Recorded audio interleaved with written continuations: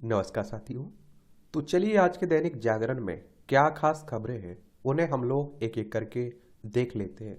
और याद रखिए दैनिक जागरण का राष्ट्रीय संस्करण है, तो इसमें आप लोगों को महत्वपूर्ण खबरें ही देखने को मिलेंगी।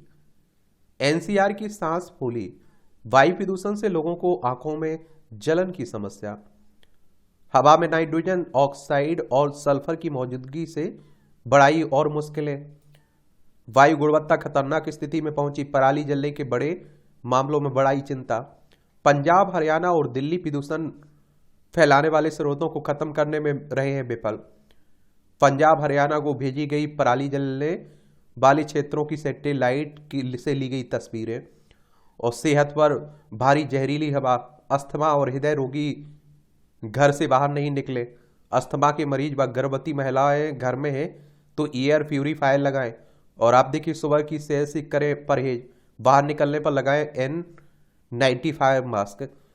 ये आप लोगों को एक और बात बता देता हूं। आप लोग सोचते होंगे एनसीआर क्या कहलाता है। एनसीआर में आप देखते हैं जिसे हम राष्ट्रीय राजधानी क्षेत्र के रूप में जानते हैं। इसमें आप देखते हैं कि एक तो आपका केंद्र शासित प्रदेश दिल्ली आता है, ये आप देखेंगे दिल्ली, और उत्तर प्रदेश, राजस्थान, हरियाणा के जिले भी इसमें शामिल हैं। ठीक है, तो वहीं की बात हो रही है।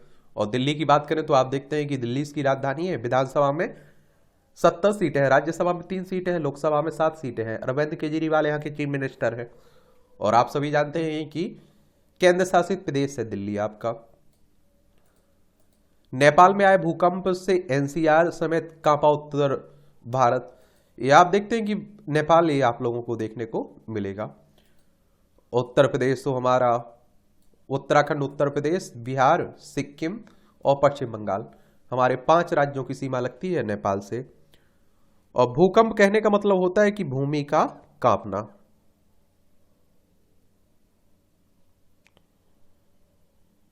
क्या कहते हैं? भूकंप का मतलब होता है भूमि का कांपना। ये आप देखते हैं कि जमीन में आने वाले झटकों के होने के लिए गतिशील मूविंग प्लेटें जिम्मेदार होती हैं, और किसी आबादी वाले क्षेत्र में एक भूकंप के घटने से अनेक लोग चोट भी खा सकते हैं, जान भी जाती है लोगों की।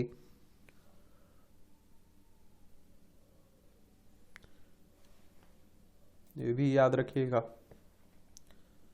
दुनिया भर में भारत स्थापित करेगा रक्षा केंद्र, हमारे कौन कह रहे हैं? सेना प्रमुख कह रहे हैं। सेना प्रमुख जनरल मनोज पांडे ने कहा है कि भारत का दृष्टिकोण सभी देशों की संप्रभुता और क्षेत्रीय अखंडता के सम्मान के साथ विवादों के शांतिपूर्ण हल व अंतर्राष्ट्रीय नियमों के पालन पर जोर देता है। चाणक्य डिफेंस डायलॉग में उन्होंने कहा है कि भारत दुनिया भर में नए स्थानों पर रक्षा केंद्र स्थापित कर रहा है। इसमें सुप्रीम कोर्ट ने आप नेता राघव चड्ढा से कहा कि राज्यसभा सभापति से बिना शर्त माफी मांगे। राज्यसभा से निलंबन मामले में शीर्ष अदालत ने कहा कि इससे निकल सकता है रास्ता। सभापति सबसे कम उम्र का सदस्य होने के कारण सहानुभूति पूर्वक कर सकते हैं विचार। ये आप देखते हैं कि राघव चड्ढा को अनिश्चित काल के लिए निलंबित कर दिया गया था ना, तो उसी की बात हो रही है। राज्यसभा की आप लोग बात करें तो आप सभी जानते हैं कि स्थायी सदन है आपका राज्यसभा। इसमें 245 सदस्य आप लोगों को देखने को मिलते हैं। कितने? 245 सदस्य आप लोगों को देखने को मिल जाते हैं, जिसमें से आप देखते हैं कि 233 सदस्यों का चुनाव आपके विधायकों के द्वारा होता है। 12 सदस्यों को राष्ट्रपति साहब मनोनीत करते हैं। क्या करते हैं? मनोनीत करते हैं। ये भी याद रखिएगा। उच्च सदन भी कहते हैं आप लोग इसे। और सुप्रीम कोर्ट की बात करें तो हमारी सर्वोच्च अदालत की बात हो रही है।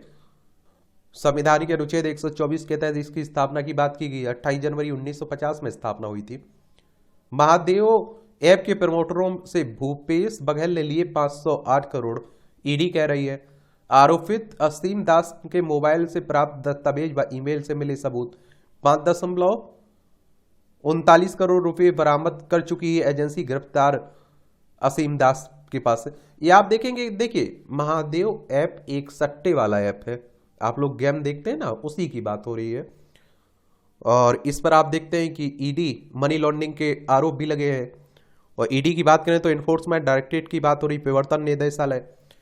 1 मई 1956 में इसकी स्थापना हुई थी। नई दिल्ली में हेडक्वार्टर आपको देखने को मिल जाएगा। और आप देखते हैं कि छत्तीसगढ़ में क्या है? चुनाव।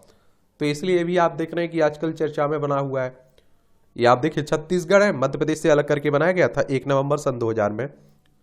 और आप देखते हैं कि इसकी सीमा मध्य प्रदेश से लगती है, महाराष्ट्र से लगती है, तेलंगाना, आंध्र प्रदेश, उड़ीसा, झारखंड और उत्तर प्रदेश से। विधानसभा में 90 सीटें हैं, राज्यसभा में 5 सीटें हैं, लोकसभा में 11 सीटें हैं। 1,35,192 वर्ग किलोमीटर में फैला हुआ है आपका छत्तीसगढ़, ये भी याद रखिएगा। और मनी लॉन्ड्रिंग कहने का मतलब होता है कि गैर कानूनी तरीके से आप देखते हैं कि आय करना और पैसे कमाना, और फिर उसे आप देखते हैं कि वैध तरीके में बदलना। ठीक है। और आजकल आप लोग देख रहे हैं कि जब भी ईडी और सीबीआई की बात होती है लोग हंसने लगे हैं।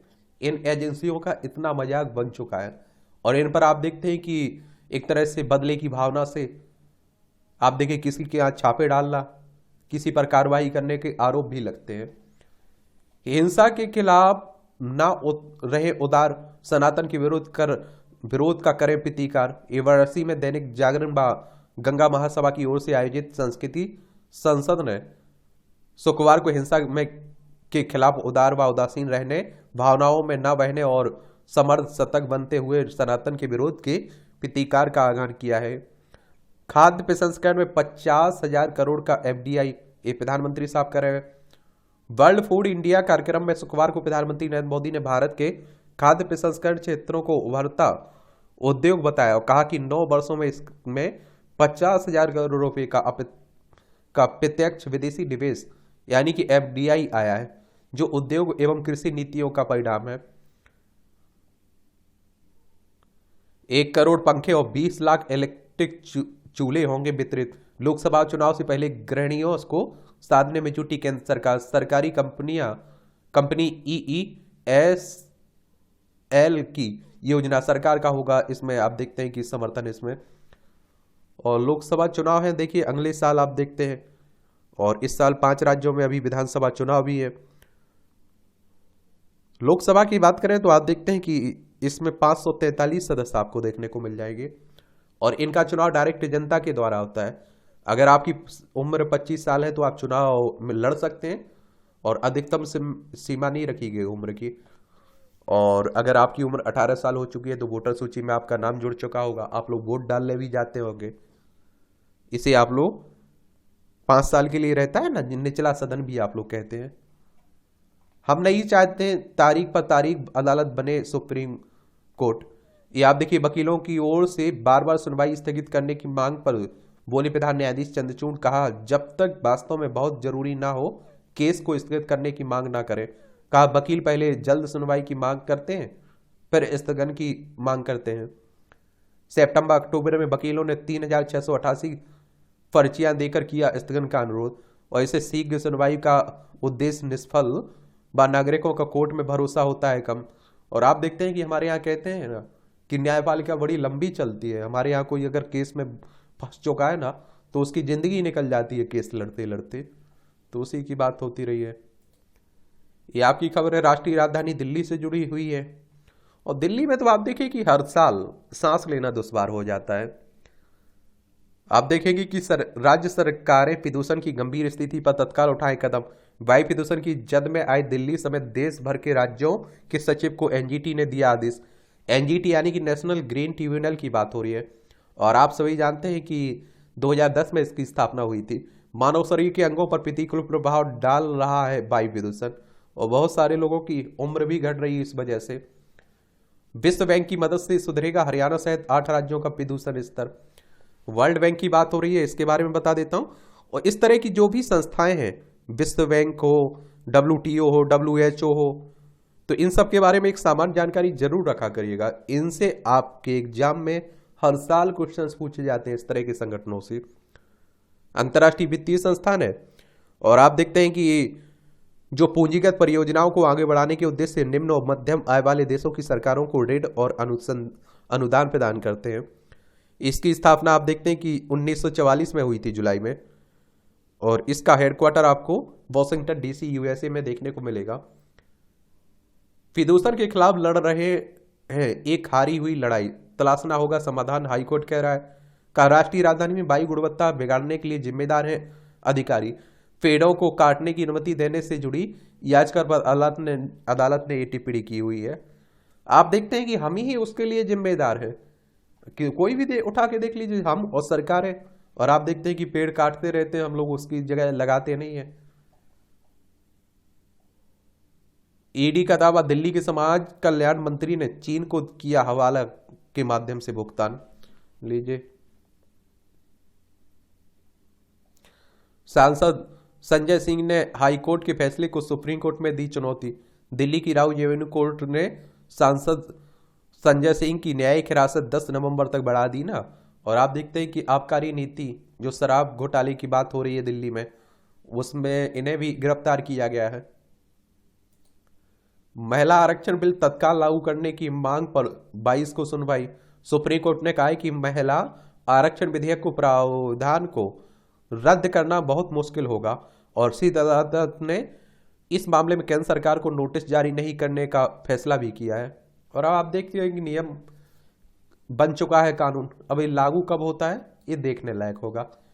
आप देखते हैं कि इसमें आप देखेंगे पश्चिम एशिया की स्थिति पर यूएई के राष्ट्रपति से पीएम ने की बात। हमारे ये आप देखिए, इजराइल फलस्तीन विवाद चल रहा है ना, इस विवाद के बारे में एक क्लास भी हम लोगों ने ली थी, सामान्य ज्ञान के नाम से जो प्ले लिस्ट सूची बनी हुई है उसमें जाकर आप लोग पढ़ी हुई देख लीजिएगा जरूर।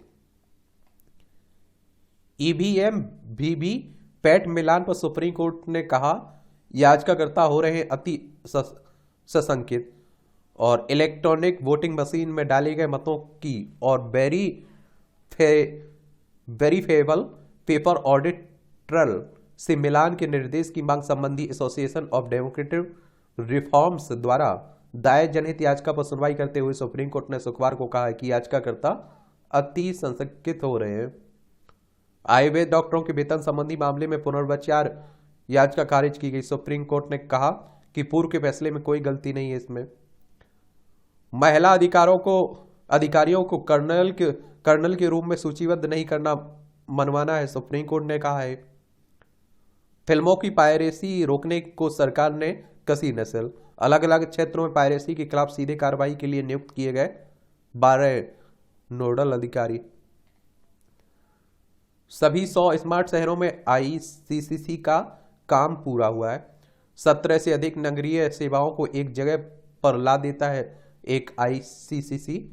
और शहरों की क्षमता विकास के लिहाज से अहम कदम, आईसीसीसी की स्थापना।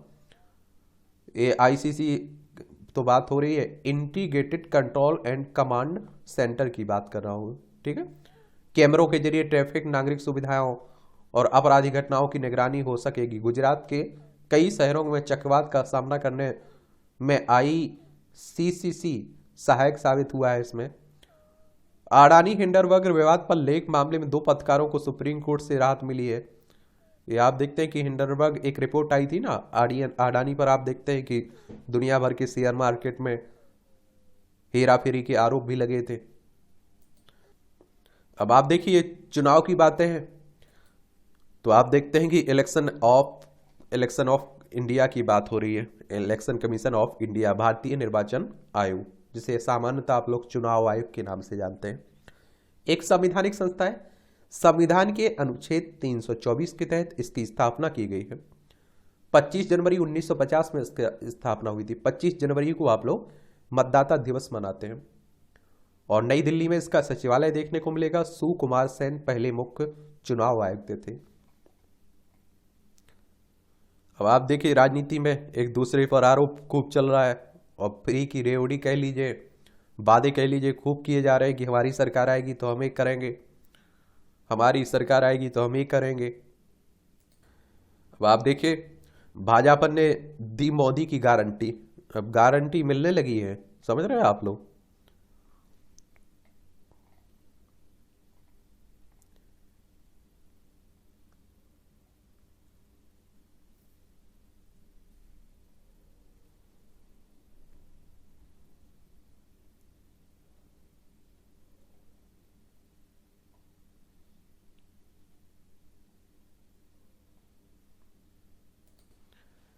आप जानते हैं कि भव्य मंदिर बन रहा है कहाँ? अयोध्या में राम मंदिर।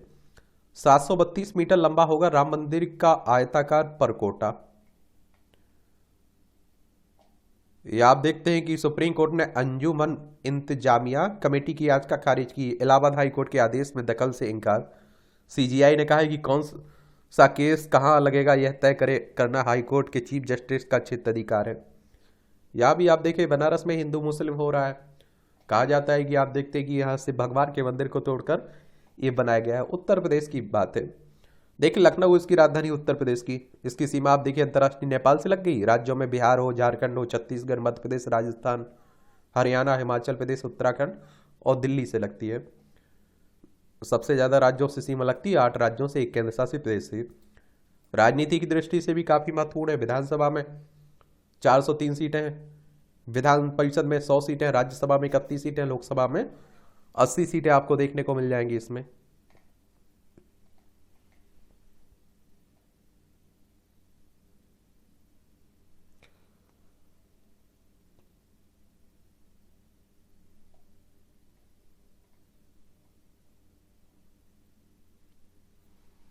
एक दशक में सर्वाधिक निवेश की ओर जम्मू कश्मीर।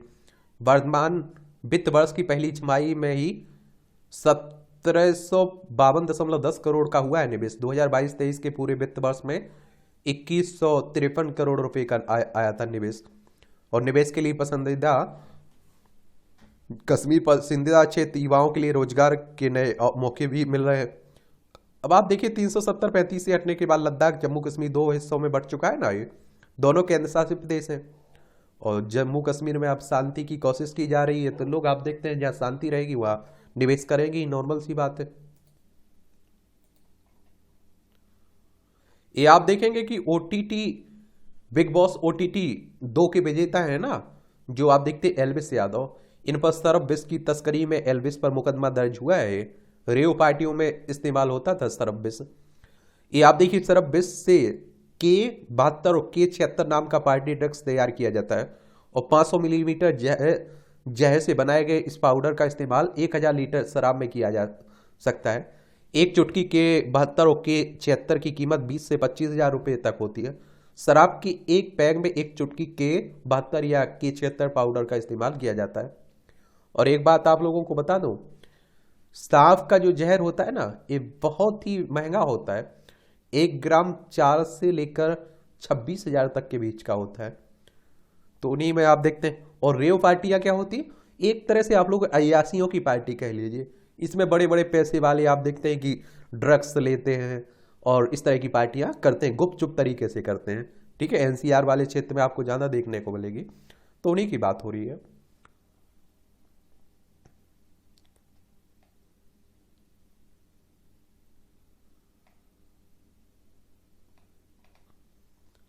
महादेव की भक्ति संग इको टूरिज्म का अद्भुत अवसर। बिहार के सासाराम जिले में कैमूर पहाड़ी पर गुप्तेश्वर धाम की यात्रा अविश्वसनीय अनुभव है। ये इस तरह की जगह जाया करेगा, पर्यटन क्षेत्र को काफी इससे आप देखते हैं कि फायदा मिलता है।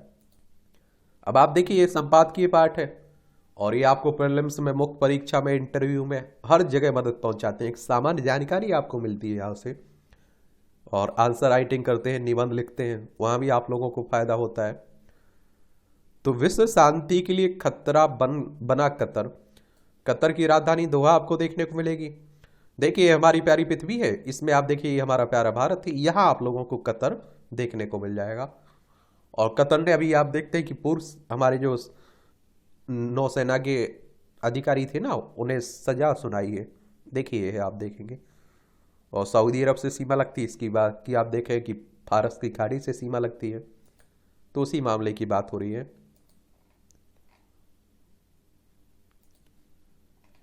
तो कतर की एक निजी कंपनी में कार्यरत भारतीय नौसेना के 8 सेवानिवृत्त अधिकारियों को मृत्युदंड की सजा सुनाई गई है।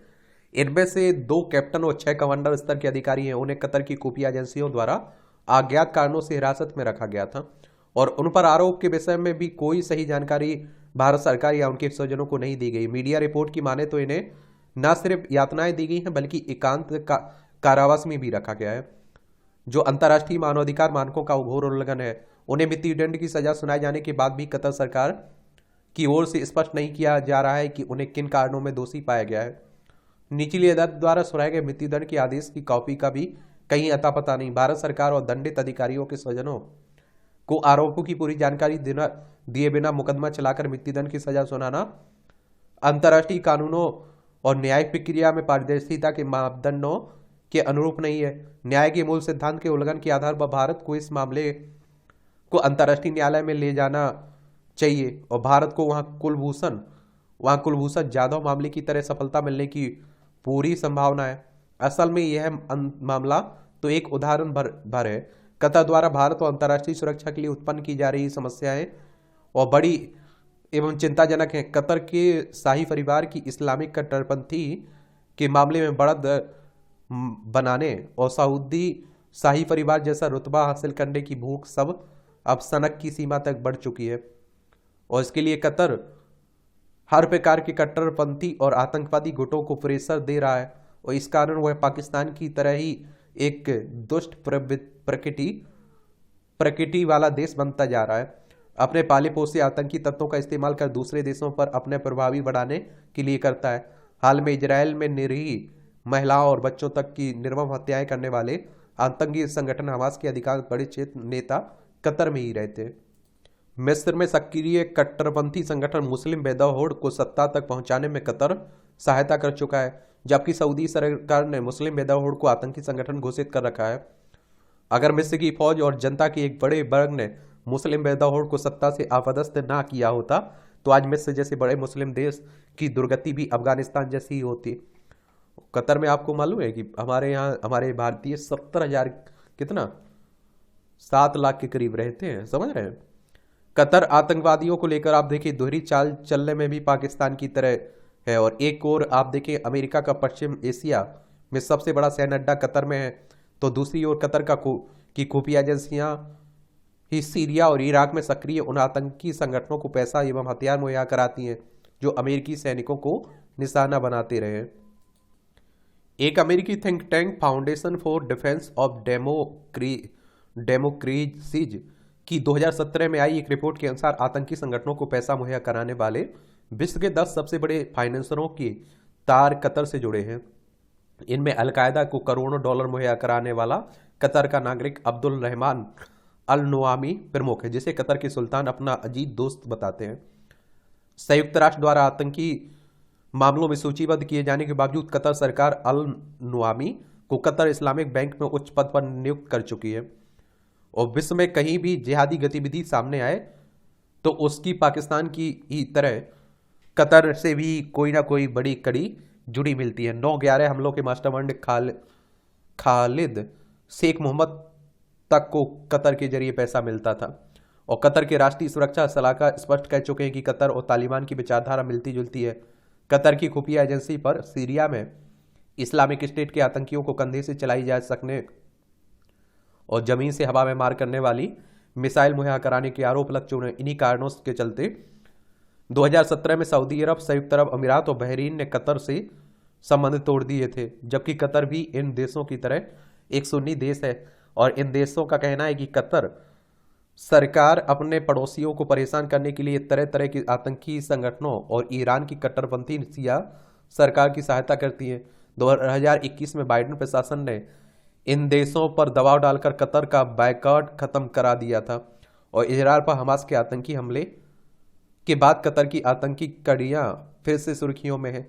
इसे बेडामना कहें या आतंकवाद को लेकर अमेरिका का दोहरा रवैया कि जिस कतर में आप देखते हैं कि अमेरिका का सबसे बड़ा पश्चिम एशिया सैन्य अड्डा है और जिसे नाटो के विशेष सहयोगी देशों का दर्जा भी मिला हुआ है, उसी की राजधानी में बैठकर हमास के आतंकियों ने यहूदियों के नरसंहार की योजना बनाई है।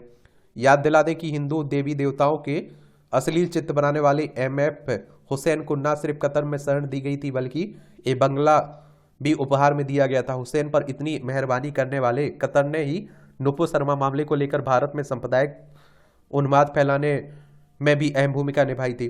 अब तो भारत में सक्रिय आतंकियों के तार भी कतर से जुड़ने लगे हैं। जनवरी में आप देखें दिल्ली में एक व्यक्ति के सिर कलम करके हत्या करने वाले इस्लामिक और खालिस्तानी आतंकवादी के एक गुट को पैसा कतर के जरिए ही मिला था। ऐसे में भारत को कतर के प्रति बहुत सतर्क रहने की आवश्यकता है, क्योंकि यह छोटा सा देश आतंकी संगठनों की बड़ी शरणस्थली बनता जा रहा है और अपने सैन्य अड्डे के लिए कतर पर अमेरिका की निर्भरता उसे वैसी स्थिति में ला खड़ा करती है जैसे कभी पाकिस्तान को लेकर थी। ऐसे में जरूरी है कि भारत पश्चिम एशिया में कतर की आतंकवाद के समर्थन की नीति से पीड़ित विभिन्न देशों के साथ कूटनीतिक और खुफिया सहयोग बढ़ाते हुए इस चुनौतियों से निपटने की कारगर योजना बनाए। यहाँ अंतर्राष्ट्रीय इंटरनेशनल कोर्ट ऑफ जस्टिस की बात हो रही है। तो अंतर्राष्ट्रीय न्यायालय के बारे में अगर हम लोग बात करें तो 193 सदस्य आपको देखने को मिलेंगे। पीस पैलेस हैग में आप देखते हैं, शांति महल हैग में इसका हेडक्वार्टर आपको देखने को मिल जाएगा। और यूएन की बात करें तो आप देखिए संयुक्त राष्ट्र की बात हो रही है, यूनाइटेड नेशंस की 24 अक्टूबर 1945 में इसकी स्थापना हुई थी। न्यूयॉर्क यूएसए में इसका हेडक्वार्टर देखने को मिलेगा। नाटो की बात करें तो the North Atlantic Treaty Organisation की बात हो रही, 4 अप्रैल 1949 में इसकी स्थापना हुई थी। और इसका हेडक्वार्टर आपको कहाँ देखने को मिलेगा? ब्रुसेल्स बेल्जियम में देखने को मिलेगा। इसमें 31 सदस्य हैं। ठीक है, ये आप देखिए काम के घंटों का महत्वपूर्ण सवाल, ये अभी आप देख रहे हैं ना, काफी चर्चा में बना हुआ है। ऐसा लगता है कि वैश्विक अर्थव्यवस्थाओं के साथ तालमेल बैठाने और दुनिया की ताकतवर कंपनियों से आगे निकलने का दबाव अब भारतीय कंपनियों पर काफी बढ़ गया है। अन्यथा इन्फोसिस के सह संस्थापक NR नारायण मूर्ति को कामकाज की भारतीय संस्कृति को लेकर यह बयान नहीं देना पड़ता, जिसमें उन्होंने युवाओं का आह्वान करते हुए कहा कि यदि भारत को एक आर्थिक महाशक्ति बनाना है तो उन्हें हर हफ्ते 72 घंटे काम करना चाहिए। नौकरियों पर बढ़ते दबाव और छटनी की खबरों के बीच श्रमिक हितैषी संगठनों मजदूर नेताओं को नारायण मूर्ति का बयान खटक रहा है। ऐसे लोगों की कमी नहीं है जो राष्ट्र निर्माण के लिए जुनून की हद तक जुटने के पक्ष में। यह पूरा विमर्श तब और ज्यादा प्रासंगिक हो जाता है जब पता चलता है कि चीन और अन्य देशों में ऐसी ही कार्य संस्कृति की मांग उठ रही है, ताकि उद्योग रोजगार क्षेत्र के संकट को दूर किया जा सके। अब आप देखिए लोग काम करने के लिए तैयार हैं, लेकिन हमारे यहाँ रोजगार की कमी है, तो वो भी चिंता का विषय है। अब 70 घंटे काम कैसे करें? कोई काम तो होना चाहिए, ये भी बातें उठ रही है। नारायण मूर्ति के प्रति सप्ताह 70 घंटे काम वाले बयान पर जिंदल स्टील के सज्जन जिंदल ने कहा है कि उनका यह बयान समर्पण के बारे में। हमारे प्रधानमंत्री हर दिन 14 से 16 घंटे काम करते हैं। देश के युवाओं को उनकी प्रेरणा लेकर राष्ट्र निर्माण में इसी तरह जुटना चाहिए। यदि भारत को आर्थिक महाशक्ति बनाना है तो हम पश्चिम देशों की कार्य संस्कृति को ही मानक नहीं बना सकते हैं, जहां हफ्ते में 4 या 5 दिन काम होता है। नारायण मूर्ति के बयान पर एक आधार यह भी है कि भारत की उत्पादकता दुनिया में कई देशों से कम है। जब तक हम अपनी उत्पादकता में सुधार नहीं करते तब हम उन देशों के साथ प्रतिस्पर्धा नहीं कर पाएंगे जिन्होंने हमसे अधिक प्रगति की है। जापान के बारे में दावा किया जाता है कि वहाँ कर्मचारी न केवल ज़्यादा काम करते हैं बल्कि वे सालाना 9 दिन की छुट्टियां भी नहीं लेते हैं। और आप देखते हैं कि जबकि उन्हें इसकी दोगुने से ज़्यादा छुट्टियां मिलती हैं। चीन की ई-कॉमर्स कंपनी अलीबाबा के संस्थापक जैक मा तो यहाँ तक कह चुके हैं कि कर्मचारियों को हर दिन सुबह 9 से रात 9 बजे तक काम करने की जरूरत है। भारत, चीन और पश्चिमी देशों के कामकाजी माहौल पर नजर डालें तो कई अंतर दिखते हैं। पश्चिमी देशों में किसी भी नौकरी या व्यवसाय के तहत काम के घंटों का समायोजन इस प्रकार किया जाता है जिससे कर्मचारी की निजी और सामाजिक जीवन शैली नकारात्मक रूप से प्रभावित ना हो, और इसे ही वर्क लाइफ बैलेंस की संज्ञा दी जाती है। और कई यूरोपीय देशों में सरकारें और निजी कंपनियां इसका हिसाब किताब भी रखती हैं कि वहाँ कहीं कर्मचारी ने साल में जरूरत से कम छुट्टियां तो नहीं ली है, या फिर आप देखिए कर्मचारी दफ्तर में आवश्यकता से अधिक समय तो नहीं रुक रहा है। कोरोना काल में जब कामकाज का हाइब्रिड मॉडल कभी दफ्तर तो कभी आप देखिए घर से काम करना अपनाया गया, तो कर्मचारियों को इसकी सुविधा भी दी गई कि वे एक तय समय के बाद कार्यालय से आए ईमेल या फोन कॉल का जवाब ना दें। और इसका आश्चर्यजनक पहलू यह था कि जब इन्हीं बहुराष्ट्रीय कंपनियों के सामने भारत स्थित अपने कार्यालयों में पश्चिमी देशों वाला कामकाजी मॉडल अपनाने का मामला आया तो वे इससे कन्नी काट गए। और इसकी एक वजह यह हो सकती है कि भारत में श्रम कानूनों के तहत कर्मचारियों को ज्यादा अधिकार नहीं मिले हैं। एक अन्य कारण कार्य संस्कृति को लेकर कर्मचारियों का रवैया भी हो सकता है। और भारतीय कर्मचारियों को लेकर यह आम धारणा है कि वे अपने काम के प्रति अपेक्षित समर्पण नहीं दिखाते हैं। देश के ज्यादातर सरकारी कार्यालयों में कर्मचारी या तो समय पर नहीं आते हैं या फिर अपनी कुर्सी से गायब रहते हैं, या आकारण नहीं कि अब ज्यादातर सरकारी कार्यालयों में उपस्थिति दर्ज करने की बायोमेट्रिक प्रणाली और कामकाज के आकलन के लिए उनके सालाना अप्रेजल वाली व्यवस्थाएं उनको लागू किया जा रहा है। बौद्ध आध्यात्मिक नेता दलाई लामा ने कुछ वर्ष पूर्व इंडियन चैम्बर ऑफ कॉमर्स के एक कार्यक्रम में कहा था कि भारत के लोग चीनियों की तुलना में आलसी है। इसके लिए उन्होंने भौगोलिक कारणों को जिम्मेदार ठहराया और भारत को सबसे ज्यादा स्थिर देश बताते हुए धार्मिक सहनशीलता पर उसकी प्रशंसा भी की थी। शायद भारतीयों के बारे में इसी तरह की धारणा का नतीजा है कि जो बहुराष्ट्रीय कंपनियां पश्चिम में अपने कर्मचारियों को जबरन छुट्टी पर भेजने तक के उपाय करती है, वे भारत में ऐसा करने में कंजूसी बरतती हैं। एक आकलन कहता है कि 50 साल पहले भारतीय कर्मचारियों को एक हफ्ते में औसतन 39 घंटे काम करना होता था, लेकिन अब वह औसतन बढ़कर 45 हो चुका है। दिल्ली मुंबई जैसे महानगरों में यह औसतन 60 घंटे तक पहुंच चुका है, जबकि लैटिन अमेरिका आदि देशों में कर्मचारी से प्रति सप्ताह सिर्फ 34 घंटे काम करने की ही अपेक्षा की जाती है। प्रश्न यह है कि क्या हमें नारायण मूर्ति के बयान को इसलिए खारिज कर देना चाहिए क्योंकि भारतीय तो पहले से ही पश्चिमी देशों के कर्मचारियों के मुकाबले ज़्यादा काम कर रहे हैं?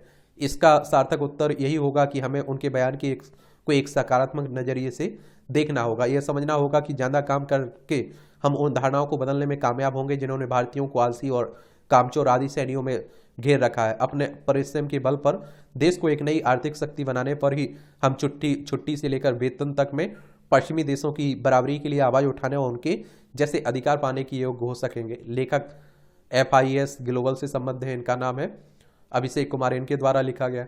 अब आप देखिए कि आपका एक मित्र 5 घंटे पढ़ता है और आपसे कोई अगर कहता है कि आप 10 घंटे पढ़िए, तो अगर आप 10 घंटे पढ़ते हैं तो आपको फायदा होगा या नुकसान होगा? तो आपको फायदा होगा। तो अगर 70 घंटे की बात हो रही तो कर सकते हैं, अगर काम है तो करना चाहिए। कुछ ना करने से अच्छा तो है कह रहा हूं। ऊर्जा मर्यादा, हमें जो सही लगे वह बोलने दीजिए और हम जिसे ठीक समझे वह करने दीजिए। जो जिह्वा को स्वादिष्ट लगे वह खाने दीजिए, जहां इच्छा हो करे वहां जाने दीजिए और हम पर इन विषयों में कोई बंधन मत बांधिए। यह वर्तमान भौतिकवादी युग का जीवन मंत्र बन चुका है। इन परिस्थितियों में जीवित रहना और जीवन को मर्यादा से सुशोभित रखना कोई सामान्य चुनौती नहीं है, लेकिन इस चुनौती को स्वीकार करने में ही हमारी सुरक्षा है। अच्छा कॉलम लिखा जाता है, देख लिया करिएगा। ये आप देख लीजिए, तारीख पर तारीख जो आप सुप्रीम कोर्ट कह रहा है उसी को लेकर बात हो रही है। बार बार स्थगित जरूरी गुणवत्ता जांच, दवाओं की गुणवत्ता जांच का निर्णय उचित है। इससे व्यवस्था पर आमजन का भरोसा बढ़ेगा, गुणवत्ता को लेकर कोई शंका भी नहीं रहेगी। और अभी कई जगह से आप देखते हैं कि फर्जी दवाएं आती रहती हैं ना, नकली दवाएं, और नुकसान पहुंचाती है वो आपको। देवभूमि में महिला शक्ति का सम्मान, हाल ही में उत्तराखंड के पिथौरागढ़ जिले में मंदिर समिति ने एक महत्वपूर्ण निर्णय लेते हुए पहली बार 2 महिलाओं को पुजारी नियुक्त किया है। विधि विधान के साथ योगेश्वर श्री कृष्ण मंदिर में मंजुला अवस्थी को मुख्य पुजारी बनाया गया, जबकि सुमन बिष्ट को सहायक पुजारी का दायित्व सौंपा गया है। बीते कुछ वर्षों में उत्तराखंड की महिलाएं रूढ़िवादी परंपराओं को दरकिनार कर स्वयं आगे आई हैं और समाज को यह संदेश दिया है कि वे किसी भी क्षेत्र में पुरुषों से कमतर नहीं है। उत्तराखंड के चमोली में आज भी सदियों से कई परंपराओं को महिलाओं की निभा रही हैं। इस जिले में भगवान विष्णु का नारायण मंदिर है, जहां केवल महिलाओं को ही भगवान के गर्भगृह में श्रृंगार करने का अधिकार। इसी तरह ऋषिकेश का पूर्णानंद घाट ऐसा पहला घाट है जहां महिलाएं गंगा आरती करती हैं। इस वर्ष जून में राष्ट्रीय स्वच्छ गंगा मिशन ने देवभूमि में गोमुख से लेकर गंगा सागर तक के सभी घाटों पर मां गंगा की आरती में महिलाओं को शामिल करने की पहल की गई है। इसके तहत दिए जाने वाले प्रशिक्षण के लिए पहली बार उत्तराखंड की 4 महिलाओं को चयनित किया गया था, ताकि वे गंगा नदी के विभिन्न घाटों पर पुरुषों की भांति गंगा आरती करा सकें। उल्लेखनीय है कि महिलाएं अपने परिवार और समाज के लिए जितना कार्य और त्याग करती हैं, उतना ही घर की सुख समृद्धि के लिए पुरुष की तरह ही पूजा पाठ से लेकर व्रत आदि भी करती हैं। सनातन परंपरा को महिलाओं ने जीवंत बनाए रखा है। यही कारण है कि वेदों, पुराणों और शास्त्रों में भी महिलाओं को अत्यंत महत्वपूर्ण, गरिमामय और उच्च स्थान दिया है। वेदों में नारी से जुड़े सैकड़ों मंत्र हैं। वैदिक काल में कोई भी धार्मिक कार्य नारी की उपस्थिति के बगैर नहीं होता है। वर्तमान में भी यज्ञ, धार्मिक प्रार्थना और हवन करने के लिए पत्नी का साथ में होना आवश्यक माना गया है। हमारी संस्कृति में महिला का स्थान आदरणीय है और धर्म में भी पुरुष और स्त्री को बराबर माना गया है। स्त्रियों के बिना कोई भी मंगल कार्य पूर्ण नहीं माना जाता है। महिलाओं को भी मंदिर में पूजा करने और कार्य करवाने का समान अधिकार प्राप्त है। यह उनका मौलिक अधिकार है जिससे उन्हें अलग नहीं किया जा सकता है। इसके बावजूद कई मंदिरों में आज भी महिलाओं को लेकर रूढ़िवादी परंपराएं प्रचलित है। ऐसे में इन परंपराओं को तोड़ते हुए उत्तराखंड में महिलाओं को मंदिर के रखरखाव, पूजा पाठ का दायित्व सौंपकर महिला सशक्तिकरण की मिसाल कायम की गई है और इससे अन्य राज्यों में भी निश्चित रूप से एक सकारात्मक संदेश जाएगा। और आप लोगों को बता दूं, देखिए कहीं किसी भी क्षेत्र में महिलाएं अब कमजोर नहीं है। अगर कोई कहता है तो वो बेवकूफ़ी कर रहा है। वो एक तरह से उसकी मानसिकता खराब है। आप देखिए महिलाएं जिन्हें जन्म दे सकती हैं वो पूजा कर सकते हैं, और आप देखिए महिलाएं पूजा नहीं कर सकती हैं। ये सबरीमाला का प्रकरण आप लोगों ने देखा होगा। तो ये सब चलता रहता है। अब ढोकले हैं, ढकोसले हैं। असल चुनौतियों के समाधान की खोज। ब्रिटेन में हाल ही में एआई को सुरक्षित उपयोग और बेहतर संभावनाओं के संदर्भ में एक शिखर सम्मेलन का आयोजन किया गया, जिसमें क्षेत्र के अनेक दिग्गज भी शामिल हुए। इस सम्मेलन में एक सवाल मुख्य रूप से यह भी पैदा हुआ कि क्या एआई के बारे में कोई यह भरोसे से कह सकता है कि भविष्य में यह तकनीक पूरी मानव हितैषी साबित होगी। वर्तमान में इस संबंध में जो जो डर व आशंकाएं हैं वे निराधार पाई जाएंगी, और क्या इससे हमारा भला ही होगा। देखिए आर्टिफिशियल इंटेलिजेंस की बात हो रही है, तो उसी सब की बातें हो रही हैं काफी। ये परम ओजस्वी सरकारी बाबू खरी खरी तंज कसा जाता है। कांग्रेस को लेकर आकरण नहीं, नीतीश की व्यर्था।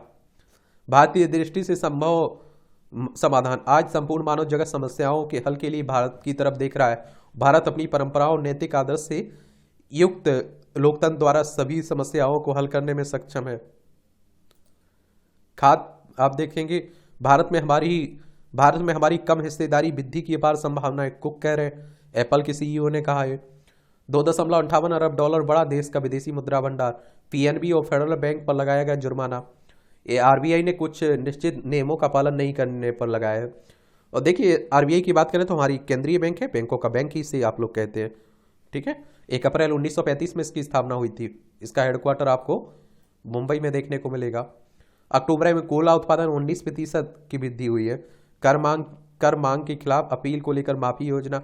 अक्टूबर में सेवा क्षेत्र की गतिविधियां 7 महीने के निचले स्तर पर। अच्छी गुणवत्ता के उत्पाद मांग रहे भारतीय उपभोक्ता। कच्चे तेल में आत्मनिर्भर बन सकता है भारत। वेदांत समूह की चेयरमैन ने तेल खोज के लिए पीएलआई जैसी योजनाओं की जरूरत बताई। अनिल अग्रवाल ने कहा कि हमारे पास सालाना क्षमता से 3 गुना ज्यादा तेल भंडार है।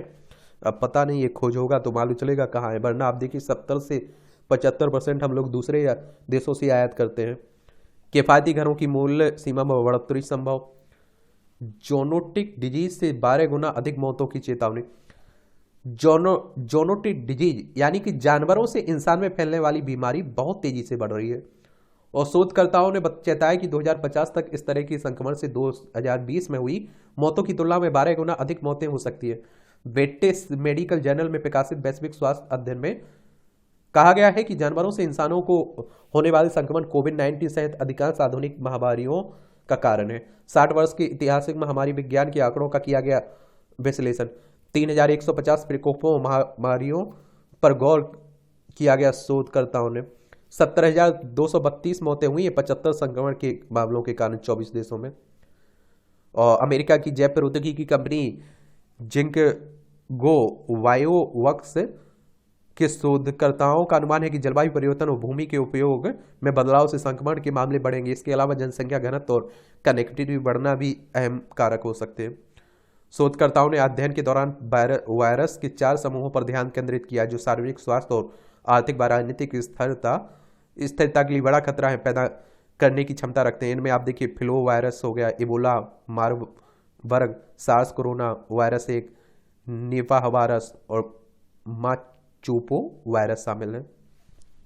वैश्विक स्तर पर संक्रमण के मामले को रोकने के लिए जरूरी कदम और तैयारियों को लेकर चीजें स्पष्ट नहीं है, लेकिन इतिहास से एक रुझान बताते हैं कि वैश्विक स्वास्थ्य के लिए बढ़ रहे खतरे से निपटने के लिए तत्काल कदम उठाए जाने की जरूरत है।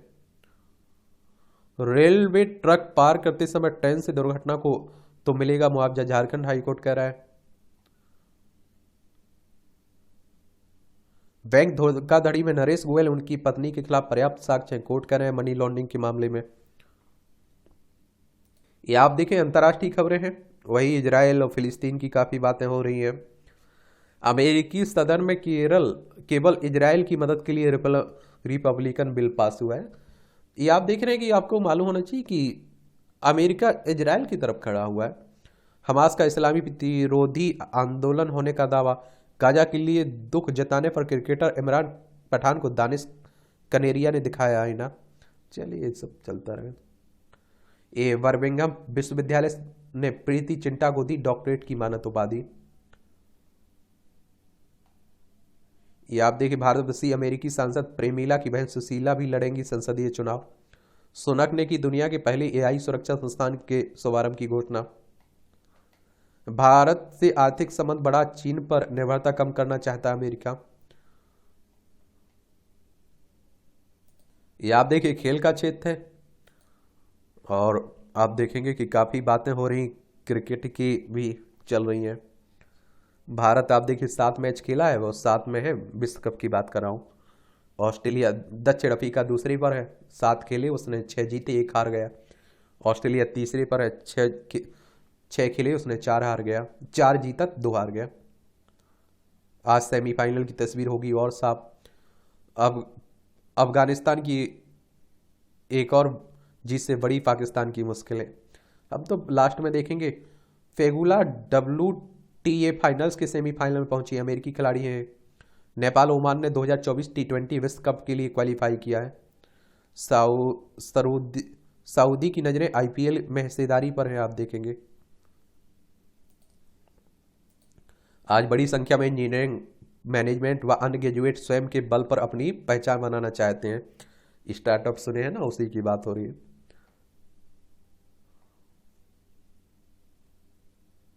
निष्क्रिय मोबाइल नंबर को 90 दिन बाद किया जाता है आवंटित, ट्राई कह रहा है। भारतीय दूरसंचार नियामक प्राधिकरण है ना, वही कह रहा है।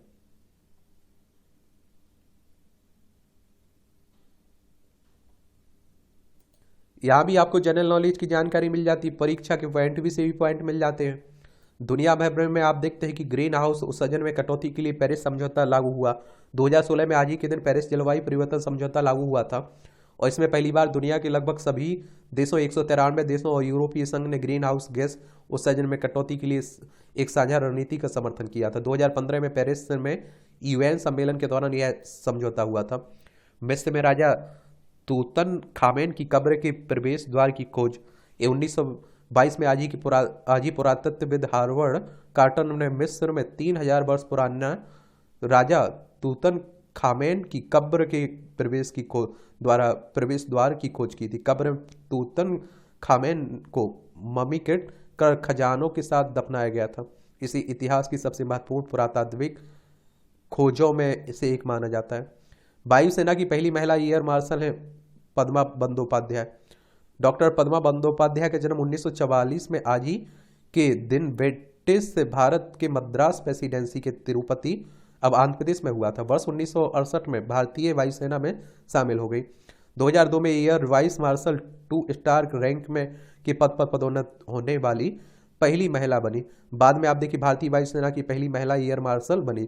1971 में भारत पाक युद्ध के दौरान उनकी भूमिका के लिए विशिष्ट सेवा पदक मिला। वह न्यूयॉर्क एकेडमी ऑफ साइंस की एक प्रतिष्ठित सदस्य भी रही चुकी हैं। इंसेफ्लाइटिस से नहीं होगी मौत, बच्चे नहीं होंगे दिव्यांग। BRD मेडिकल कॉलेज के डॉक्टरों ने AES के समूल नाश का उपाय ढूंढने में पाई सफलता। लैपिड प्रोफाइल में गड़बड़ी छीन रही है श्रवण शक्ति। BHU की चिकित्सा विज्ञान संस्थान में 15 से 60 वर्ष के बीच के मरीजों पर हुआ अध्ययन। गुड कोलेस्ट्रॉल कम होने पर बुरा प्रभाव आया नजरे। तंबाकू, धूमपान, शराब सेवन से सोने की समस्या भी होती है। केक की किंग, ब्रिटिश किंग चार्ल्स तृतीय की शुक्रवार केक से तैयार आकृति को अंतिम रूप देते हुए आप देखते हैं डिजाइन। मस्तिष्क में चयापचय की वृद्धि अल्जाइमर की शुरुआत के संकेत हो हैं। अपने मृत मालिक के लिए कुत्ते का अंतहीन इंतजार। कुत्ते वफादार होते हैं ना। लिटिल अमल को देखने उमड़ी हजारों की भीड़। दुनिया भर में शरणार्थियों और प्रवासियों की दुर्दशा के बारे में जागरूकता बढ़ाने के उद्देश्य से सफर पर निकली 10 वर्षीय सीरियाई शरणार्थी बच्चे का प्रतिनिधित्व करने वाली 12 फीट लंबी कठपुतली लिटिल अमल अमेरिका और मेक्सिको में 9000 मील की अपनी यात्रा के दौरान लॉस एंजल्स पहुंची। वह स्किड को समुदाय क्षेत्र में जैसे ही पहुंची तो हजारों लोगों की भीड़ उन्हें देखने के लिए आई। ये मूवियों से जुड़ी खबरें, पढ़ना हो तो पढ़ सकते हैं आप लोग। इस तरह से आप देखेंगे कि आज के न्यूज़पेपर की कहानी खत्म होती है। आप लोग पढ़ते रहिए, एंजॉय करते रहिए। आपका कोई सवाल हो, सुझाव हो तो बता सकते हैं, वरना आप लोग एंजॉय करिए और मेहनत करिए। मेरी तरफ से शुभकामनाएं हैं आप लोगों को। ईमानदारी से मेहनत करिए और 100% ईमानदारी दिखाइए अपने काम में।